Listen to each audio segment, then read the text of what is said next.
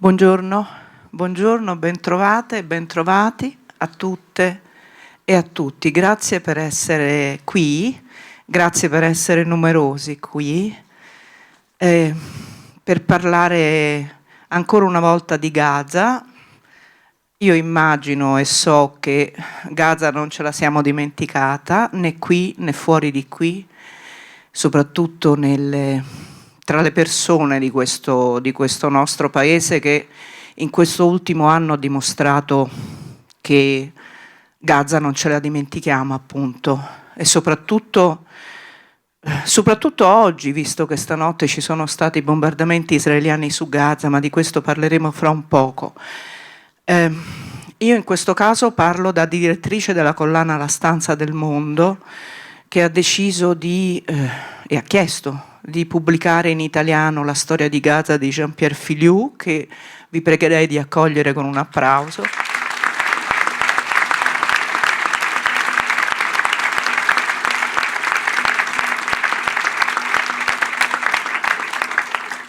E quindi credo che sia importante spiegare perché abbiamo deciso di pubblicare per la casa editrice Hopeful Monster, casa editrice indipendente, credo che questo vada sottolineato, un libro come il libro di Jean-Pierre Filiou, Storia di Gaza. La ragione è già nel titolo. La storia di Gaza non l'abbiamo vista e non l'abbiamo raccontata in questi ultimi decenni, in questi ultimi 80 anni, e abbiamo rinchiuso Gaza nella striscia. Abbiamo sequestrato Gaza nella striscia, rompendo una storia plurimillenaria che la vedeva non chiusa, invisibile, serrata, blindata, ma un luogo cerniera, un luogo ponte, un luogo che univa noi, e forse non univa noi, veramente eravamo tutti noi a quel tempo, in queste migliaia di anni, ma univa tutte le parti del Mediterraneo come porto, e da tanto tempo Gaza non è più porto.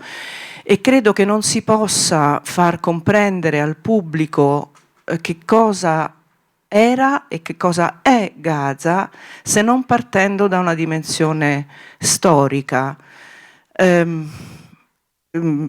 Io sono felice di averla pubblicata questo libro nella traduzione di Anna Maria Farinato, perché sana un vuoto.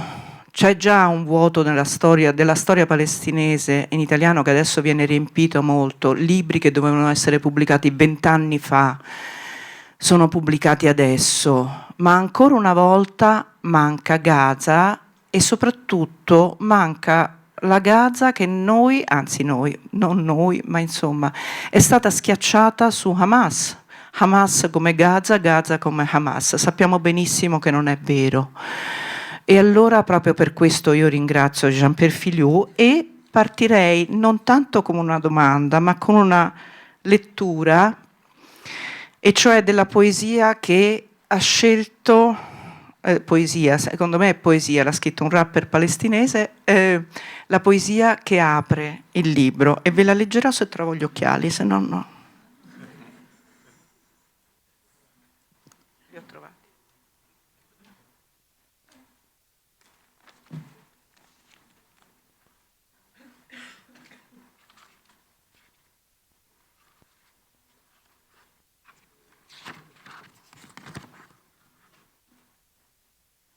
Poi dopo gli occhiali troverò anche la poesia.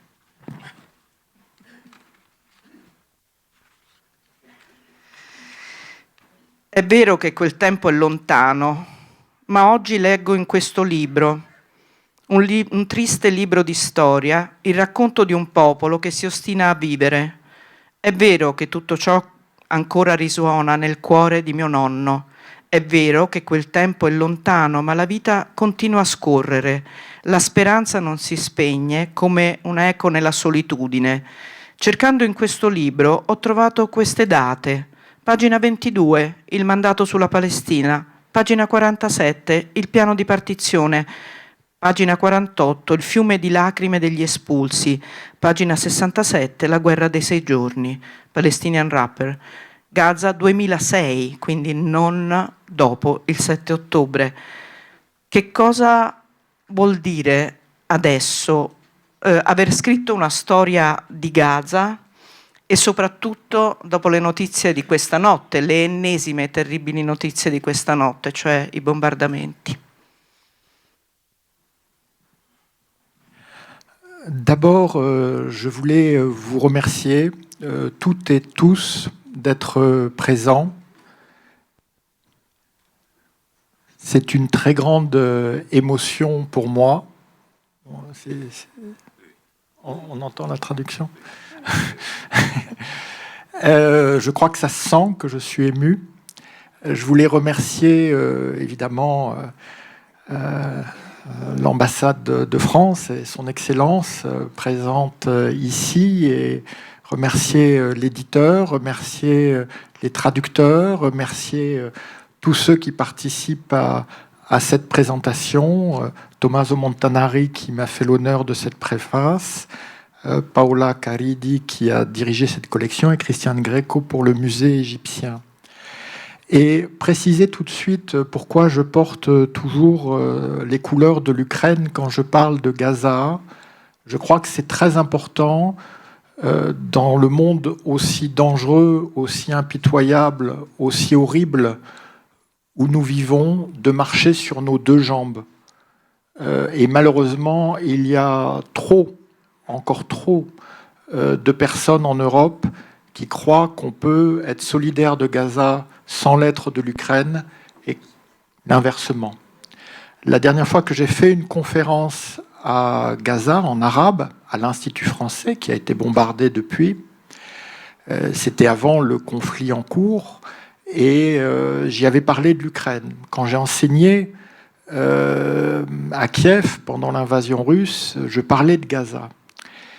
Et donc, cette histoire de Gaza, comme l'a dit Paola, c'est l'histoire d'une oasis, d'un carrefour plurimillénaire, avec une civilisation extraordinaire qui s'est développée sous différents régimes, mais toujours avec l'idée du carrefour, de l'échange, du partage entre le Levant et la vallée du Nil, entre l'Égypte et le Proche-Orient.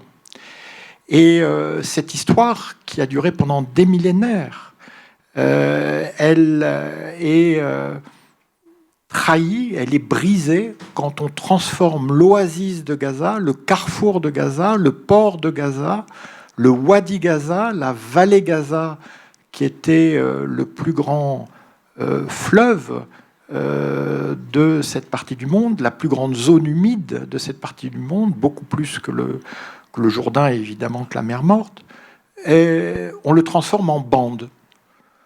On enferme, on brise, on assiège, on clôture.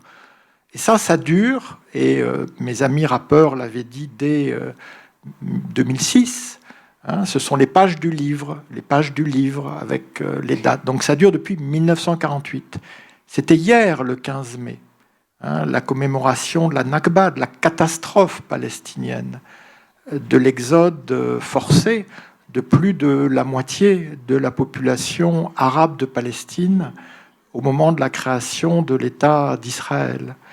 Et 200 000 de ces réfugiés vont se regrouper sur 360 km² en bord de Méditerranée, où se trouvent 80 000 habitants originels de ce qu'on va désormais appeler la bande de Gaza. La bande. Le terme même est choquant. Hein, une bande, c'est ce qui reste quand on a découpé ce qu'il y a autour. Et donc, on va avoir, sur 1% de ce qui était la Palestine sous mandat britannique, le quart de la population arabe. Donc, dès le début, depuis ce drame fondateur, Gaza, c'est la Palestine. Et donc, depuis ce moment-là, l'alternative est très simple. Soit on règle une fois pour toutes la question palestinienne et donc le conflit avec Israël à partir de Gaza, soit on ne veut pas le régler, et donc on va chercher à faire disparaître Gaza jusqu'à la guerre d'anéantissement toujours en cours. Toujours en cours, hein. C'est un prétendu cessez-le-feu depuis octobre 2025, comme le bombardement d'hier et les bombardements des semaines précédentes et des mois précédents l'ont prouvé. Il n'y a pas de paix à Gaza, c'est juste la guerre sous une autre forme. Donc l'alternative est simple, hein. Soit la paix à partir de Gaza, soit une guerre d'anéantissement qui sera toujours plus atroce que la précédente. On en est à la 15e guerre livrée par Israël contre Gaza, parce que Gaza incarne la Palestine. Et pendant trop longtemps, on a cru qu'on pouvait faire la paix entre Israéliens et Palestiniens ailleurs, dans des conférences internationales, à Jérusalem, à Ramallah, en Cisjordanie, à Oslo, à Washington, à Madrid, alors que c'était à Gaza qu'il fallait commencer. Et donc, comme on a voulu nier Gaza, comme notre monde s'est habitué à vivre sans Gaza depuis près de 20 ans, depuis le blocus, dont je rappelle que c'est un acte de guerre, 20 ans d'acte de guerre. Hein. On en est là, et effectivement, bon, je vais m'arrêter là, parce que sinon je ne sais pas quand je m'arrêterai. Quand je pars sur Gaza, je suis irrépressible et incorrigible. Mais c'est cela. Gaza, c'est la Palestine. Et la Palestine, aujourd'hui, c'est une plaie ouverte dans notre humanité. C'est un défi à l'ordre international qu'un conflit pareil n'ait pas été réglé au bout de tant d'années, au bout de tant de dizaines d'années. Et Gaza est toujours coupé de nous, coupé de notre monde. Et c'est un scandale absolu dont rien de bon ne peut sortir pour personne, même pas pour les Israéliens.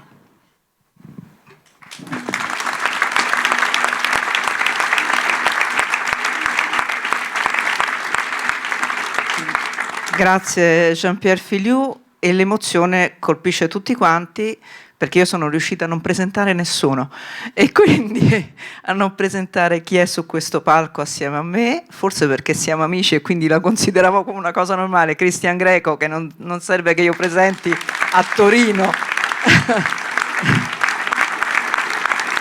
Tommaso Montanari, a cui fra un momento cedo la parola.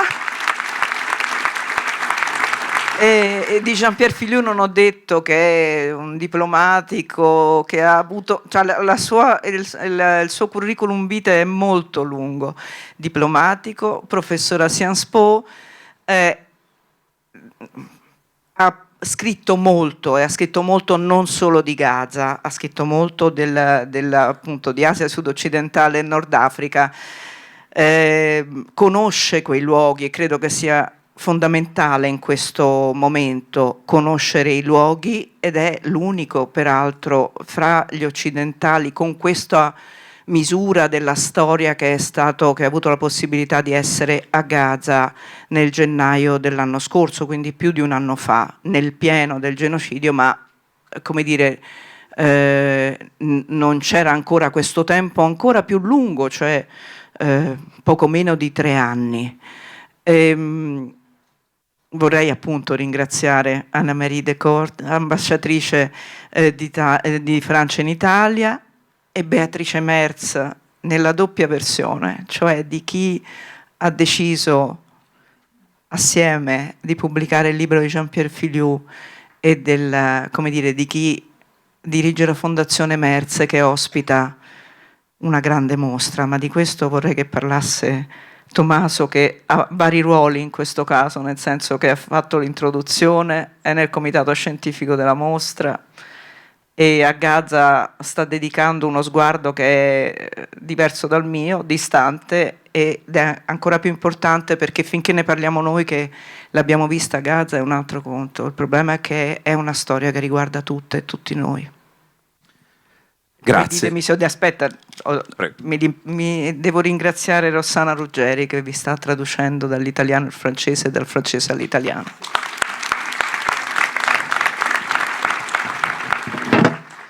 Buongiorno a tutte e a tutti. Questo è un libro importante in sé, è importante che esca ora, è importante che esca in italiano e in Italia ora. Parlare di una storia di Gaza è uno degli antidoti più forti, più necessari al progetto di annientamento di Gaza e del popolo palestinese, all'interno di quello che riteniamo essere un genocidio, cioè un progetto di annientamento totale che non sappiamo fino a che punto sarà realizzato, ma che certamente ha visto un'accelerazione drammatica, non soltanto nel numero dei morti, che non conosciamo esattamente, ma che è sicuramente prossimo ai 100.000, con una enorme quantità di persone a cui è stata rubata la vita in altri modi, anche se non attraverso la morte, ma anche attraverso la distruzione deliberata di un patrimonio culturale e degli archivi, della memoria, delle università, delle scuole. Il progetto di annientamento non è soltanto fisico, è innanzitutto un progetto di annientamento culturale, il cui fine è far sì che in un futuro possa non esistere nemmeno la memoria e addirittura la storia. Allora, naturalmente la storia e la memoria non sono la stessa cosa, servono entrambe e si intrecciano entrambe. In questo momento il nostro paese è percorso da 1000 iniziative spontanee, dal basso, dei senza potere, che leggono nelle piazze i nomi delle persone uccise a Gaza, a partire da quelle dei bambini. Un grande sudario con 18.000 nomi di bambini uccisi a Gaza percorre le strade dell'Italia. Questa è la memoria, è il desiderio che non uno solo di quei nomi vada perso. Accanto alla memoria, negli studi delle televisioni e sui giornali, invece di trovare la storia, troviamo molto spesso quella cosa che chiamiamo geopolitica, che è una descrizione, direi, tautologica delle cose che accadono, senza giudizio, senza interpretazione, in qualche modo adesiva, aderente, come se fosse ineluttabile. C'è uno strano ritorno del fatalismo che interpreta i rapporti di forza come ineluttabili e si limita a descrivere cosa succeda. La storia è un'altra cosa, non è la memoria e non è la geopolitica. Io inizio l'introduzione a questo libro, che ho avuto l'onore di scrivere, citando una frase di uno dei miei maestri, storico dell'arte, Francis Haskell, che raccontava come in tempo di era un inglese, insegnava ad Oxford, come in tempo di guerra, e lui parlava della seconda guerra mondiale, si leggesse moltissima storia, molto più che in tempo di pace, quasi a cercare la dimostrazione, la prova che ci sarebbe stato un futuro, così come era esistito un passato che era sopravvissuto alle guerre. Un bisogno di storia che è un bisogno di futuro, paradossalmente, ma è anche un bisogno di giudizio storico, un bisogno di interpretazione, tutto quello che la descrizione tautologica della geopolitica si rifiuta di offrire, e si rifiuta di offrirlo a volte anche per una vicinanza eccessiva al potere e ai decisori, agli editori, ai controllori del discorso pubblico. Dunque è un libro che serve come uno strumento di consapevolezza, serve a restituire dignità a una città che ha una storia straordinariamente antica, straordinariamente densa, una città e un territorio e una parte di mondo. La mostra di cui parlava Paolo, la mostra della Fondazione Merz, che vi invito tutti ad andare a vedere se non l'avete ancora fatto, è una mostra che riunisce reperti che scandiscono tutta la storia di Gaza e dei rapporti di Gaza con le altre città e civiltà del Mediterraneo, restituisce l'immagine di un intreccio. È una mostra che espone opere che l'autorità nazionale palestinese, opere di proprietà privata, e non solo, che l'autorità palestinese aveva messo in salvo in Svizzera prima, che si intrecciano installazioni di artisti palestinesi di oggi e che si intrecciano opere e reperti del Museo Egizio, che il Museo Egizio ha generosamente prestato, dimostrando come Gaza sia carne della nostra carne, sia tessuto della nostra storia, sia qualcosa che ci appartiene profondamente, laddove le immagini che vediamo e ciò che ci viene raccontato ce la fanno immaginare prima come un grande campo di reclusione e poi ora come un grande campo di sterminio. Quella città è una città, quella civiltà è una civiltà che ci appartiene, che è intrecciata a noi da moltissimi fili. Ed è un territorio, e questo è un paradosso che continua a sorprenderci, che potrebbe offrire a noi la cura Quando nella nostra università abbiamo dato la laurea honoris causa a Suad Amiri, che molti di voi conosceranno come scrittrice, è bello ricordarla qual sono del libro, noi le abbiamo dato la laurea honoris causa per il suo progetto RIWAC, che è il progetto più importante di tutela del patrimonio culturale palestinese. E lei nella sua bellissima lezione ci ha detto, tra le altre cose, guardandoci negli occhi con la sua serena schiettezza: l'antisemitismo l'avete inventato voi occidentali. E noi non lo conoscevamo. Io sono cresciuta in un villaggio in cui giocavo con bambini di cui non conoscevo l'identità religiosa, chiesa, moschea, sinagoga, si mescolavano in un mondo che non conosceva il paradigma dello Stato-nazione con tutto ciò che comporta, che voi avete portato da noi. Questo libro attraversa un'altra storia, ma ci dimostra anche che è la nostra storia, che c'è un intreccio profondo e continuo. Ed è un libro che nasce dal lavoro e dall'impegno di un collega che insegna all'università, ed è su questo che vorrei fargli una domanda. Mi raccontava della sua materia che a Sciences Po si chiama la questione palestinese, ed è uno dei non tanti insegnamenti che hanno questa dicitura e che permettono a ragazzi anche giovani di conoscere in maniera scientifica nelle aule di un'università questa storia. Sappiamo che in Italia, ma anche in Francia, nel discorso pubblico e nel discorso accademico non è così facile parlare di Gaza e fare storia di Gaza. Non ci dimentichiamo che sono state le ragazze e i ragazzi delle università occidentali, prima di noi professori, a insorgere e a dirci che quello che succedeva metteva in questione la nostra stessa civiltà.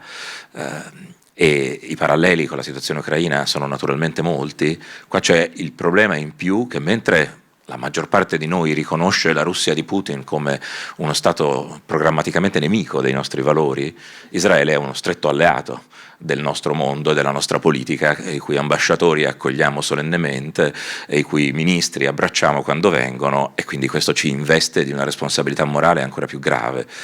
Allora l'università, che è autonoma e indipendente, che ha un'altra missione, è un luogo di pensiero, è un luogo di pensiero critico, e il rapporto fra chi insegna e chi ascolta e chi cresce è un rapporto fondamentale nel rinnovamento anche del discorso pubblico e del pensiero critico.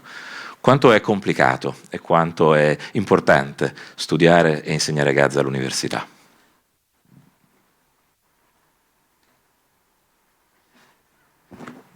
Donc merci encore et merci à vous de vous prêter à l'exercice de la traduction. Désolé que mon italien soit trop déplorable pour m'adresser à vous dans votre langue magnifique. D'abord, j'insiste sur histoire. Effectivement, quand on voit les débats soi-disant géopolitiques sur le Moyen-Orient, ce qu'on voit, c'est effectivement une tautologie, comme si ça arrive parce que ça devait arriver. Or, on sait très bien qu'il n'y a aucune fatalité. Et si, indépendamment de différentes circonstances personnelles, j'ai choisi la voie de l'histoire, j'ai choisi cette discipline, dans tous les sens du mot discipline, c'est parce que rien n'est jamais écrit par avance. Jamais. L'histoire, c'est ce que nous en faisons dans un rapport de force donné. Et le rapport de force pour les Palestiniens, il est écrasant, accablant. Mais dès la première version de cette histoire de Gaza, que j'ai évidemment mis à jour, donc c'était en 2012, je disais Gaza est prisonnière de 3 impasses.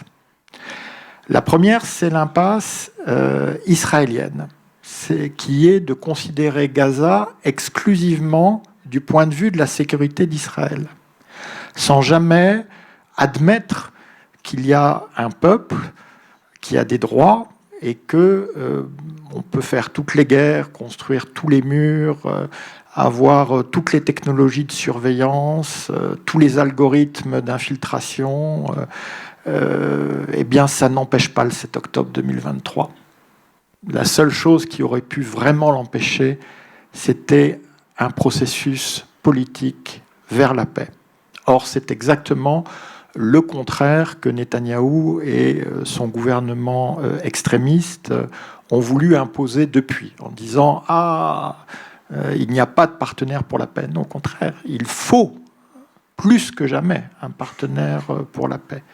Ça, c'est la première impasse. Et on voit que le 7 octobre, Et ce qui s'est passé depuis l'a aggravé au lieu de nous amener vers une solution.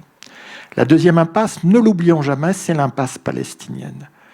Aucun mouvement de libération dans l'histoire n'a pu arriver à réaliser au moins une partie de ses objectifs quand il était aussi profondément divisé.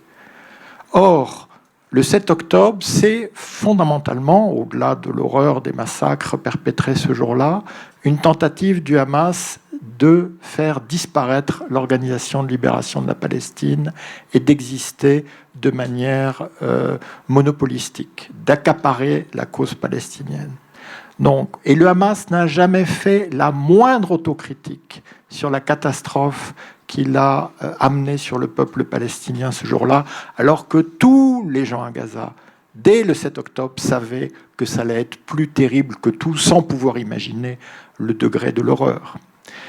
Quant à l'autorité palestinienne, à Mahmoud Abbas, au Fatah, avec le congrès caricatural qu'il tient en ce moment, dont le seul objectif est que le fils de Mahmoud Abbas puisse intégrer la direction palestinienne, il prouve une fois de plus à quel point ce mouvement est déconnecté de la réalité de son peuple. Donc ne jamais oublier l'impasse palestinienne. Et cette impasse, elle s'est aggravée depuis 2 ans et demi.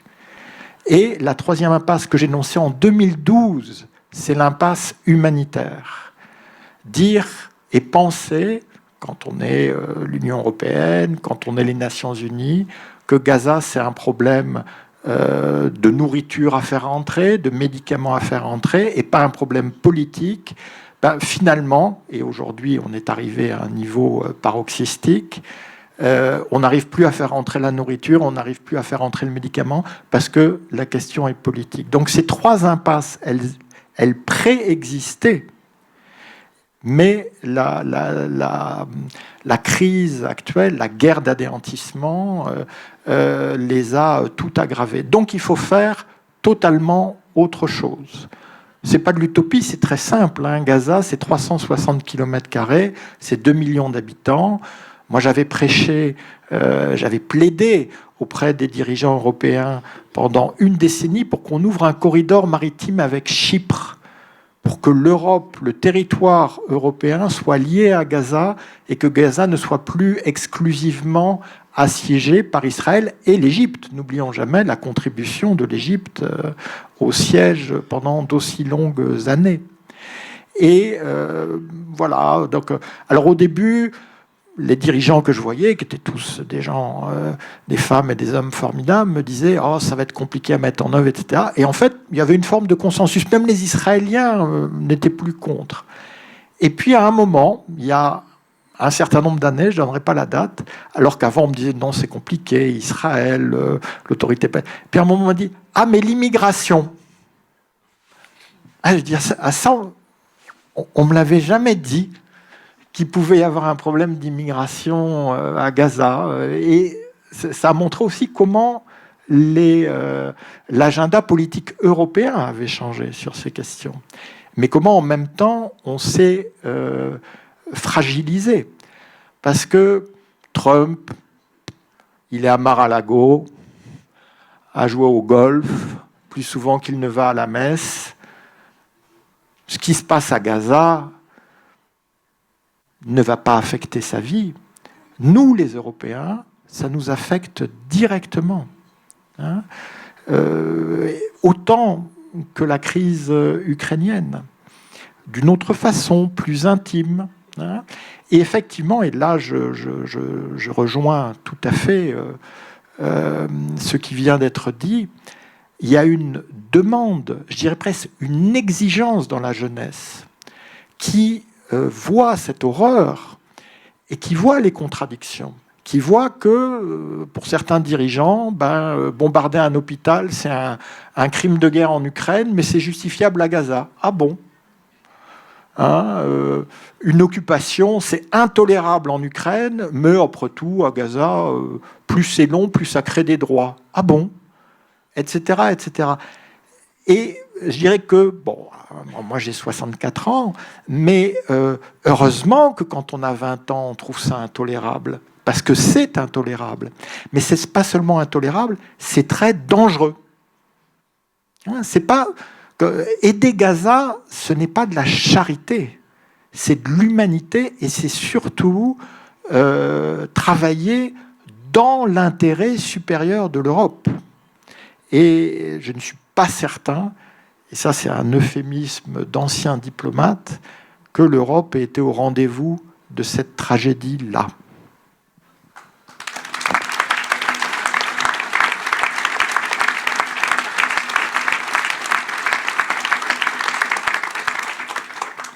Ed è vero, c'è anche l'impasse palestinese che spesso ci dimentichiamo, il processo di riconciliazione fra Fatah e Hamas, che è stato l'ennesimo processo aperto e mai risolto, anzi che è stato rinfocolato dalle prese di posizione dell'Unione Europea e di alcuni paesi europei e degli Stati Uniti, che hanno pensato bene di aiutare la divisione palestinese perché serviva appunto ancora una volta a isolare Gaza. E io però ritorno alla storia plurimillenaria, perché è una storia di cui abbiamo parlato alcune settimane fa, quando si è inaugurata la mostra Gaza, un futuro a un cuore antico, con Cristian Greco, perché Gaza è così intimamente legata all'Egitto, a quell'Egitto, al tuo Egitto, anche all'Egitto contemporaneo, non solo all'Egitto di alcune migliaia di anni fa. E io vorrei che Cristian, che tu ci raccontassi che cos'era Gaza per quel tempo e per quei luoghi. E a te la parola. Grazie, innanzitutto ringrazio Paola per avermi permesso di essere qui. È un grande onore essere qui con Jean-Pierre Filiu e Tommaso Montanari a discutere di un tema che, come testé diceva Jean-Pierre Filiu, sembra quasi secondario nella vita di noi europei, quando ci toccano nelle questioni economiche, e quindi quando il Golfo ha delle conseguenze, improvvisamente ci svegliamo, ma la tragedia, e voglio usare due parole: da una parte il barbarismo, quello che noi oggi chiamiamo genocidio, dalla parte il vandalismo, la distruzione di quello che Tommaso giustamente diceva, la memoria, per quando si distrugge la memoria si distrugge contemporaneamente il passato, il presente e il futuro di un popolo. E vorrei cominciare una riflessione da il titolo di un libro, di un altro libro straordinario che Jean-Pierre Filiu ha scritto, Niente mi aveva preparato, in cui lui racconta di quei giorni passati più di un anno fa a Gaza, in una zona che viene definita quasi come un paradosso semantico, una zona umanitaria, in una zona in cui Jean-Pierre Filiu va a vivere, in cui dice anche che non riesce ad avere una visione a volo d'uccello, perché tutti i palazzi sono stati distrutti, ha una visione da terra, da uomo a uomo, da uomo a donna, da uomo a bambino. E in Gaza, che è una grande città del Mediterraneo, c'è una frase che mi ha colpito, perché lui dice: in questo accampamento di tende non riuscivo a vedere il mare. Ed era come se parlava poc'anzi di questo corridoio umanitario con Cipro, è come se fosse stata tagliata quella vena, quel cordone ombelicale che ha sempre legato Gaza al resto del Mediterraneo, non vedere il mare. E proprio a quel mare io vorrei tornare, a quel mare che è un mare che fu solcato da Sinue, forse il primo romanzo che l'uomo conosce, e che ci racconta che Sinue egiziano, in un momento di crisi, quando muore il faraone, lui è in una spedizione, sente dei soldati parlare, teme lo scoppio di una guerra civile, e il luogo in cui trova rifugio è quella che noi geograficamente oggi chiamiamo la Siro-Palestina. Prima Jean-Pierre Filiu diceva Gaza è la Palestina.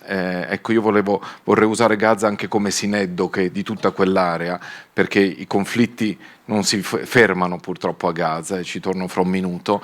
E quell'area accoglie Sinue.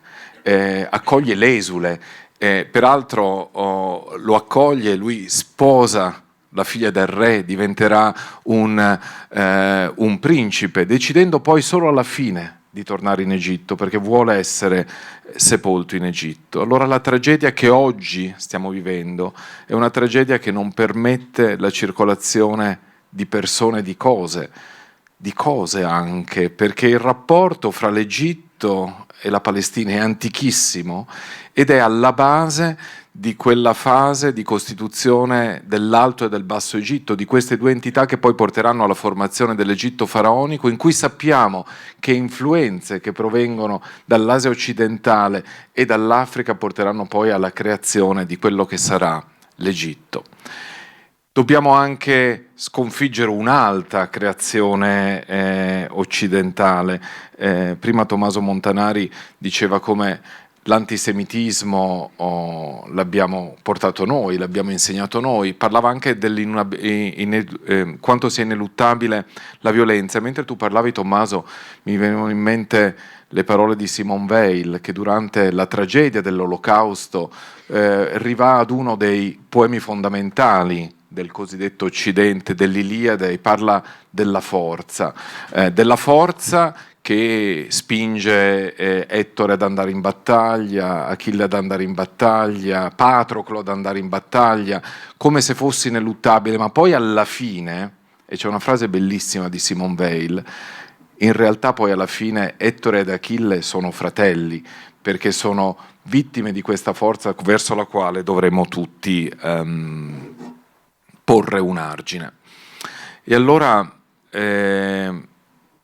per porre un argine, per cercare di avere un futuro che deve necessariamente passare dal passato e dalla stratificazione, per cercare che non più figli muoiano, perché alla fine quanti Priamo ci sono stati che devono andare in ginocchio di fronte ad Achille, perché questo si deve ripetere, perché la tragedia di ogni conflitto è che tanto prima o poi, necessariamente, bisognerà sedersi ad un tavolo e bisogna fermarlo il prima possibile. Facevo prima i complimenti al professor Filiu per la sua bella felpa, per lui lo dice che finché non ci sarà pace in Ucraina non ci sarà pace in Palestina, perché questi conflitti che noi abbiamo imparato a tollerare devono finire. Allora ricordiamoci che nelle lingue semitiche tuttora parlate c'è un saluto bellissimo, shalom, in ebraico, che significa pace, salam alaikum, che la pace sia con voi, e che fra l'altro ha delle radici antichissime, perché in antico Egitto per dirti benvenuto si diceva Yum em hetep, venuto in pace, questa pace di cui ci siamo dimenticati, questa pace che dobbiamo cercare di costruire, e questa pace che dobbiamo costruire anche da queste rovine e dal patrimonio culturale, che non è secondario, che è fondamentale, perché senza questo non ci potrà essere un futuro. E allora la domanda impossibile che io vorrei fare a Jean-Pierre Filiu è, da archeologo, da storico, lui non è riuscito a vedere il mare quando è andato a Gaza, non poteva uscire dalla zona umanitaria, ma che futuro c'è per il patrimonio culturale di Gaza, e soprattutto cosa possiamo fare noi perché ci sia un futuro e per interrompere questa spirale di guerra? Permettetemi, prima di dargli la parola, di ricordare un'altra tragedia che ha molto toccato da vicino il Museo Egizio, che è il Libano. Noi abbiamo ospitato, è il nostro artista in residenza Ali Sherry, ha fatto un'opera meravigliosa parlando di memoria. La sua opera si chiama Returning the Gaze, restituire lo sguardo a quelle statue che hanno subito una damnatio memoria. È venuto a lavorare da noi mentre iniziavano i conflitti in Libano e anzi imperversava il conflitto a Gaza, e lui venne da noi e io gli dissi grazie Ali di esserci. Lui disse ma non attaccheranno mai Israele, non attaccheranno mai il Libano. Lui ha incontrato il nostro Presidente della Repubblica, che si è complimentato con lui per la sua opera, E quando c'è stato il cessato il fuoco fra Israele e Gaza, io gli ho scritto un messaggio fra Israele e il Libano, gli ho scritto un messaggio dicendo Ali, spero che questo sia l'inizio di un'alba per il tuo paese, e lui mi ha risposto immediatamente, mi ha scritto: Christian, un'ora fa un missile ha colpito l'appartamento dove vivevano mia padre e mia madre di 86 anni che sono morti. Adesso lui, come persona singola, ha depositato presso il Tribunale Internazionale dell'Aia un'accusa per genocidio contro lo Stato di Israele, contro il governo di Israele. L'ha fatto lui singolarmente su un caso oggettivo, i suoi genitori che sono morti. E allora auguriamoci davvero che quel salam alaikum ci possa essere, che la pace però dobbiamo costruirla tutti, perché non ci può essere la scusa, lo diceva prima Tommaso Montanari, che debbano essere altri a farla. La pace deve partire da noi, e io umilmente da archeologo quindi vorrei chiedere a Jean-Pierre Filiu, come da archeologo, cosa possiamo fare perché quella memoria, quel patrimonio antico continui a vivere.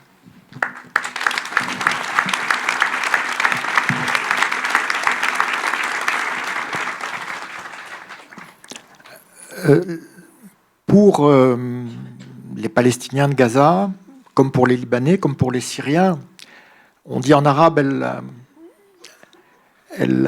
Bachar qabl al-Hajar, l'être humain avant la pierre. Mais en fait, il y a un lien organique à la terre, donc au patrimoine. Donc moi j'ai vu des Bédouins pleurer toutes les larmes de leur corps devant une mosaïque détruite. Parce que ça les touchait aussi intimement que si on avait frappé un proche. Donc la guerre au patrimoine fait partie de la guerre d'anéantissement, fait partie de la guerre de liquidation, d'élimination. Alors la mer, oui, la route côtière, bon, sous votre contrôle bien sûr, c'était le chemin d'Horus. On l'appelait ainsi la route qui allait d'Égypte à Gaza. C'était le chemin du sultan, du temps des Mamelouks et des Ottomans. C'est le chemin qu'a pris Bonaparte quand il a tenté depuis l'Égypte de conquérir la Palestine. Il trouvait que Gaza lui rappelait le Roussillon. Il l'a écrit au général de Saxe qui était resté au Caire. Et c'est les chemins qu'ont pris les Anglais pour défaire l'Empire ottoman. Et en fait, c'est à Gaza que s'est joué le sort de la Palestine, donc le sort de ce conflit qui dure jusqu'à aujourd'hui en 1917. Mais dans l'autre sens, Alexandre le Grand, en 332 avant notre ère, était tombé à Gaza sur une résistance totalement inattendue. Un siège de 100 jours lui a été nécessaire avec la plus grande armée de ce temps pour écraser Gaza. Pourquoi ? À cause des tunnels. Parce que le sol de Gaza est très poreux et très fiable. Donc, ça a été 100 jours de sape et de contre-sape. Et l'humiliation a été telle pour Alexandre que, face au chef de Gaza qui ne voulait pas s'agenouiller, il lui a fait trancher les jarrets pour qu'il tombe et briser les genoux. Et il a liquidé Gaza, Gaza déserta, comme on en parle dans les chroniques romaines, et il l'a repeuplé avec des colons grecs. C'était il y a plus de 2000 ans. Comment peut-on accepter la répétition au 3e millénaire d'horreurs qui se sont passées à l'époque où on n'avait pas les Nations Unies, on n'avait pas la Déclaration universelle des droits de l'homme, on n'avait pas les conventions de Genève. Comment peut-on l'accepter ? Ça met en danger l'ensemble de l'ordre international. Et on le voit maintenant. Le parallèle avec le Liban est très clair. Moi, j'ai une chronique sur le site du Monde, le quotidien Le Monde, tous les dimanches matins. C'est ma façon d'aller à la messe. Et la semaine dernière, c'était pour dire, voilà, ce qui se passe au Liban, c'est ce qui a été mis en œuvre à Gaza. On tue les journalistes, on tue les secouristes, on liquide des zones entières, on frappe les hôpitaux, et c'est ainsi que ça se déroule. Donc Déjà, l'idée d'abandonner Gaza est moralement scandaleuse et intellectuellement très déroutante, mais il faut savoir que rien de ce qui se passe à Gaza ne restera à Gaza. On le voit déjà dans l'impact dans nos sociétés, dans l'émotion de notre jeunesse. Il n'y a pas d'alternative. Gaza doit revenir au monde. Gaza ne peut plus être sous blocus, sous embargo, être coupé. Et Gaza doit revenir au monde parce que le monde doit revenir à Gaza. Moi, je suis sorti physiquement de Gaza le 21 janvier 2025. J'avais donc travaillé pendant un peu plus d'un mois avec Médecins sans frontières. Mais je ne suis jamais revenu de Gaza. Je crois que ça se sent quand je parle. Je n'en suis pas revenu. Parce que d'abord, je sais à quel point, je sais vraiment au plus profond de moi-même, ces souffrances se poursuivent et s'aggravent. Maintenant, on dirait vraiment les plaies d'Égypte. Hein. Maintenant, ce sont les rats. Ce sont les rats. C'est-à-dire que sous la tente, alors il faut imaginer qu'ici, on est 300, il faut imaginer qu'à Gaza, il y aurait au moins 1 millier de personnes qui vivraient sous la tente dans cet espace, avec donc des tentes les unes à côté des autres, aucune protection. Et donc, il y a des tours de garde pour chasser les rats, parce que les rats mordent, mutilent pendant la nuit les enfants. Et je pourrais parler des maladies, je ne le ferai pas. Or, qu'est-ce qui s'est passé ? Eh bien, Médecins sans frontières a été expulsé de Gaza. Quelle a été la réaction internationale ? Aucune. On a laissé faire. On continue comme si de rien n'était. Donc, ça s'aggrave. Alors, il n'y a pas que Médecins sans frontières qui a été expulsé, il y a une trentaine d'autres ONG, mais Médecins sans frontières, non seulement avait son action médicale, mais distribuait 20% de l'eau, parce qu'il n'y a plus d'eau à Gaza, il n'y a plus. Hein, alors qu'avant, c'était une oasis qui exportait des céréales, des agrumes. Hein. Donc, tout ça a été fait de la main de l'homme. Ça n'a rien de naturel. Quand on voit les destructions à Gaza, on sait que ça n'est pas un tremblement de terre. Parce que la nature fait des erreurs. Là, il n'y a pas d'erreur. Il n'y a plus aucun bâtiment. Hein. Donc ça, évidemment, ça me hante. Mais ce que je veux dire très simplement, c'est que nous avons abandonné Gaza. C'est-à-dire, vous parlez de l'Égypte et des liens très anciens, mais il n'y a pas un Égyptien dans la bande de Gaza. Pas un. Il n'y a pas un diplomate dans la bande de Gaza. Hein. Il n'y a pas un journaliste depuis plus de 2 ans et demi. Une crise aussi majeure est couverte par les journalistes palestiniens qui ont été tués par centaines et de l'extérieur. Imaginons un moment que l'Ukraine, nous soyons informés uniquement par des journalistes basés à Moscou, accrédités auprès de l'armée russe et qui pénètrent une fois de temps en temps, pendant 2 heures, dans des visites guidées, pendant qu'au même moment, les Russes tuent les uns après les autres les journalistes ukrainiens. Ce ne serait pas seulement un scandale, on ne comprendrait plus rien. Et c'est d'ailleurs ce qu'on veut. Hein, on laisse tomber en disant « Oh là là, c'est trop confus. » Mais la réalité est très simple. C'est qu'il n'y a pas de statu quo à Gaza. Il n'y a pas de cessez-le-feu à Gaza. Chaque jour, c'est pire. Et Orwell est de retour. La guerre, c'est la paix. L'humanitaire, à la mode Trump et Netanyahou, c'est ce qui se fait de pire dans l'humanité. Et donc, après avoir détruit un territoire, en voulant détruire un peuple, on veut réduire des femmes, des hommes et des enfants à ne plus être que des corps à nourrir ou des corps à soigner. Si cette expérimentation en inhumanité, si ce laboratoire de l'horreur continue et se poursuit, c'est toute notre humanité qui est menacée.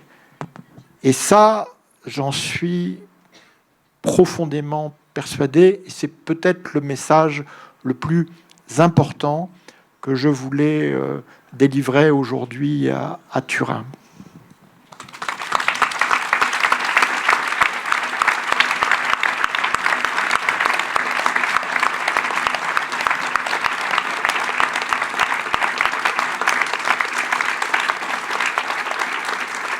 E ci hanno avvisato che il nostro tempo è finito e io credo che non ci siano parole da aggiungere a quelle che ha appena detto Jean-Pierre Filiou.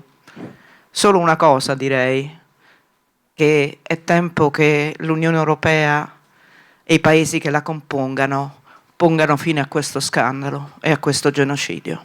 Grazie.